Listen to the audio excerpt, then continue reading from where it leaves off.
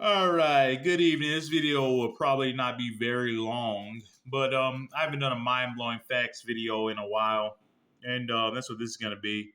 So what you're looking at right now is an exoplanet called j1407b. Yeah, catch ya know.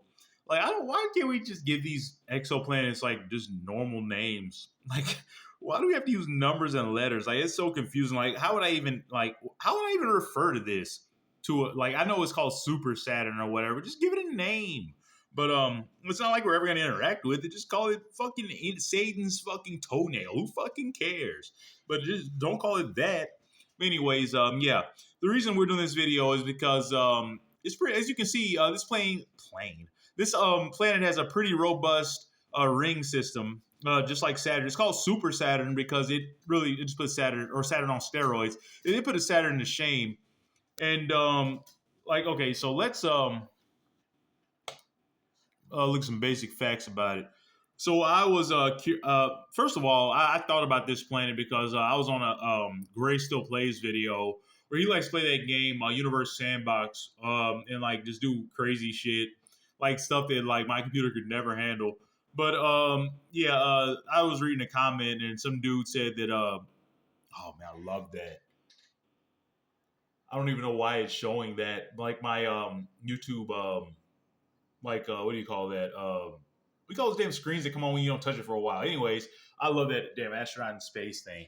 Anyways, yeah, Gray Still Plays. I was looking at a comment in that video, and they were like, Gray accidentally predicted that planet with the massive ring system. And I was like, what was the name of that planet? I know exactly what you're talking about.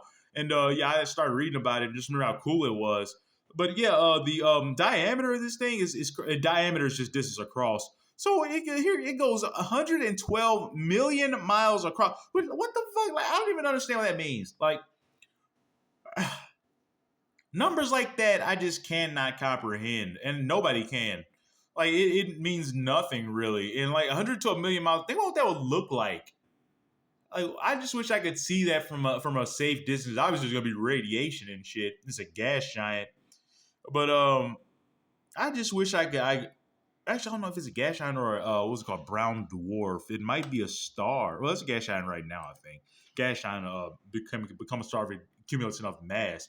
But yeah, it's a pretty young star. I think it might be in the T-Tauri stage, which means it's less than 10 million years old, I believe. With T-Tauri, every star we believe goes through the T-Tauri stage, just like the early development stage where it's accumulating matter in the accretion disk. Like so, basically, see, the space is so damn complicated and complex. But yeah, when a star is forming, it's just spinning matter, spinning in a circle. I think it's flat, and it like eventually just becomes a star. Like it's just a spinning ball of gas. Gravity or whatever, and all those tidal forces and whatnot to pull it together. It become a big ball of gas, and it'll eventually ignite, start fusing hydrogen from helium or helium from hydrogen. One of those H's. It's one way. Helium to hydrogen, or hydrogen. Now I'm combining words. Hydrogen to helium. Well, yeah, that's all a star is. Just a big ball of hydrogen and helium doing nuclear fusion at its core. That's where all the elements come from. But yeah, yeah. Anyways, I'm gonna end the video. This thing got just off on kind of like how a star forms, and that was not my intention. But yeah, I gotta start doing scripts of these damn videos because it just become kind of all over the place. And that's the way my mind works. Like it makes sense to me, but I can see how somebody watching this could be a little overwhelmed. But yeah, the main point, j1407b, great name, I know, is wait, that's not what we want to look at pictures of. All right, yeah, it looks like that. It's ridiculous looking. It's a little planet. Well, it's not little. It's gas giants aren't little. They look little in the photos, but that's a massive planet with an even bigger ring system around it. And just the fact that that can happen, just it's something else. Like the fact that it doesn't all clump into a ball and form a moon is wild. But scientists or astronomers think that might actually happen in a few million years. Where like the rings, like okay, so I'm about to go into some more shit. We're gonna learn together. Damn it, I don't care. If you're watching this video, you're probably a nerd anyways. You like space.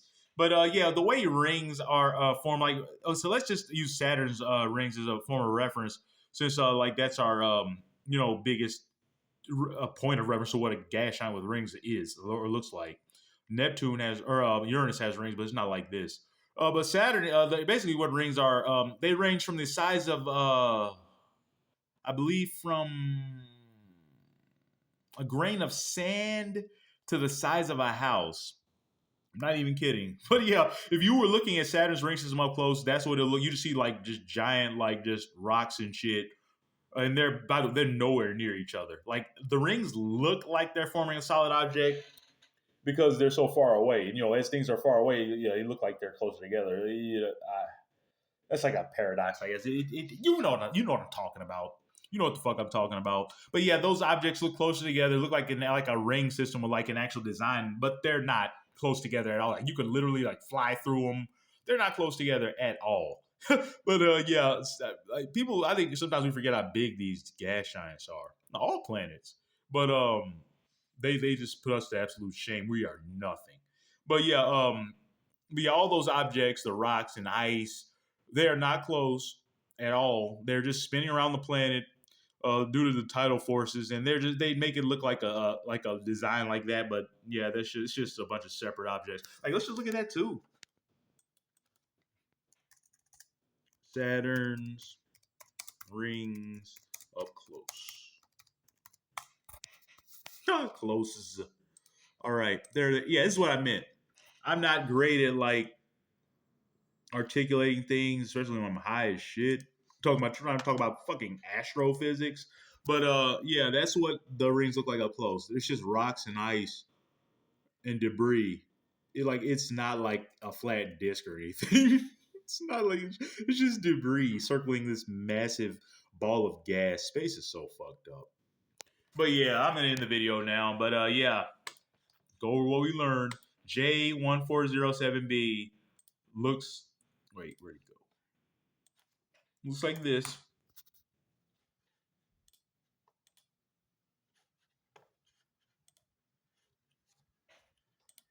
Okay, that's nice. All right, but yeah, the planet is in there. The little shiny ball. All that is this ring system. The fact that gravity and tidal forces and everything holds that together blows my mind. The universe is an incredible place. It's just a marvel of just I don't know, man. I just don't understand it. Space is so big. These planets are so massive. It is something else. But yeah, I don't see how you couldn't be interested in space. But I know this video one I'm kind of long, rambly, but I had to get it all in. I think we covered everything. How a planet forms, how rings form. All right. Thanks for watching.